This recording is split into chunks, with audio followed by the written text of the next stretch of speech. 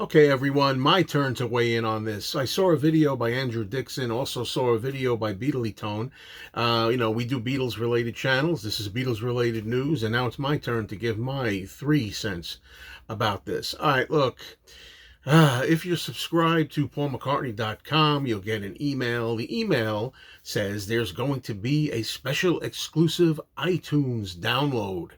It's a demo for a song from the album called First Star of the Night. Now, Paul's album is coming out this coming Friday. It's now, just slightly less than a week away. Everyone, including myself, is very excited about it. Now, I made another video where I was complaining about how many ridiculous colored vinyl variants there are, and different CD variants and a cassette, and you can get different covers and packagings and all this other kind of stuff. And completists, get real excited about that, and they buy up everything. I used to be much, much more of a completist than I am now, and I've kind of cut back on that big time. So I already said I wasn't going to get most of the to put it mildly, most of the colored vinyl variants and different packagings. Not happening anymore. But the thing is that the origin of this First Star of the Night demo, from what we've heard, Paul told a story about how he was in Costa Rica, and with the rain coming down and falling mightily, he recorded a phone demo of the song. And I'm not willing to say right now that if you download this and you do the digital route, that you're going to get the same exact crude demo that he said he recorded. I mean, I assume that's the only one there is, although maybe that was kind of a first draft demo. Maybe he did another demo after that. So I'm not really 100% sure whether it's going to be the crude phone demo that Paul was referencing, or whether it's going to be a better quality thing. I don't know what it is. All I know is that I am not biting. And first of all, I don't do digital downloads, period. I will not do downloads as a replacement for physical media. I never would. Even if I was interested in this, which I'm not, I wouldn't do it that way. Let's put it this way. I'll show you how much I'm not into downloading. If Paul McCartney decided that this new album, The Boys of Dungeon Lane, was not even going to be released physically, if he said the only way I'm ever going to release my new album is through digital, and I'd say, well, sayonara then, Paul. I'm not gonna be part of this new album, and I won't have it. I'll wait for somebody to run me off a CDR or something, but I'm not gonna be getting a download of it. That's how much against that I am personally. I know not everybody feels as I do, but I'm old school and I like physical media. So that takes care of that right there. But moreover, this one at a time business, this slowly, methodically, sneakily dripping out one morsel at a time to prey on the collectors is what they're doing, is just really, really bogus. And I call, crap on it. I don't think it's right. The thing about all the different colored vinyl variants that have come out, I have nothing against all the colored variants being there from the beginning.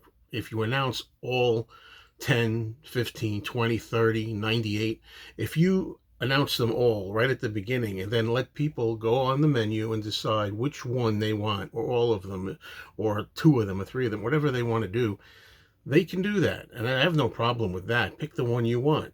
Some people have said it's like buying a new car. You go to you buy a car, you pick the color you want. So, okay. But it's a different thing when you put one out and people think that's the only one there's going to be. Then they put another one out to entice you. And then maybe you pick another color, and then maybe 5, 6, 7 different variants later, you decide, geez, I already ordered one of them, or two of them, but I don't, this one I like even better. I wish they would have offered me this one from the get-go, because I would have ignored the first one, because this one's better. See, that whole thing. We know that there are about 10 or 11 extra songs that Paul has recorded that, believe me, I predicted it last time, and other fans have predicted it as well. They were all going to come out one way or another. And people like me are going to be wanting to get the songs. If not the color variants, you're going to want the songs. Now, I figured maybe, Universal Music and Paul, maybe they would put out, I don't know, 2 or 3 at a time. There's going to be probably other variations of the Boys of Dungeon Lane album, but maybe with another couple of tracks, two, three. But when they're doing this business of one at a time, you got another thing coming if you think I'm going to buy into that.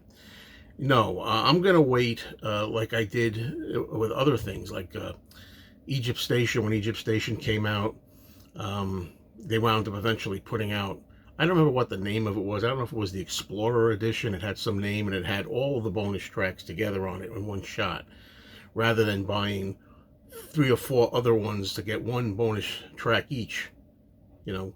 And then there was a Japanese CD for McCartney 3 that I bought that had all of the bonus tracks on it. I did that.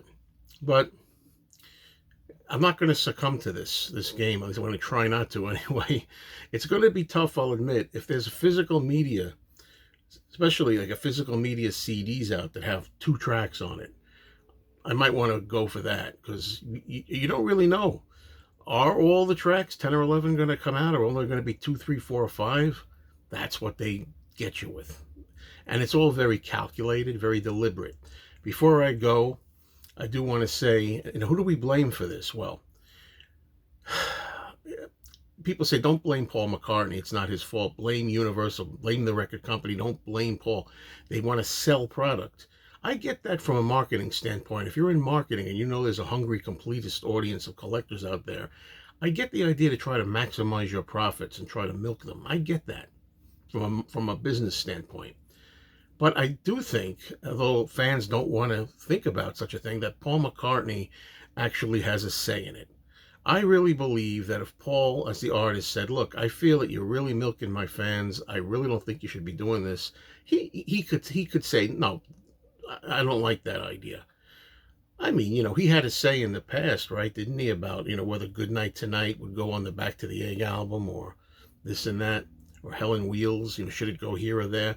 I think Paul has a say in this, if he's not outright contributing to it out deliberately, he at least has a say in what the record company wants to do. I think it's all right with him, to be honest with you. So I don't know who to blame, one or both. I don't know. But the choice ultimately is, are you going to buy it or not? I say not. That's speaking for me. What are you going to do?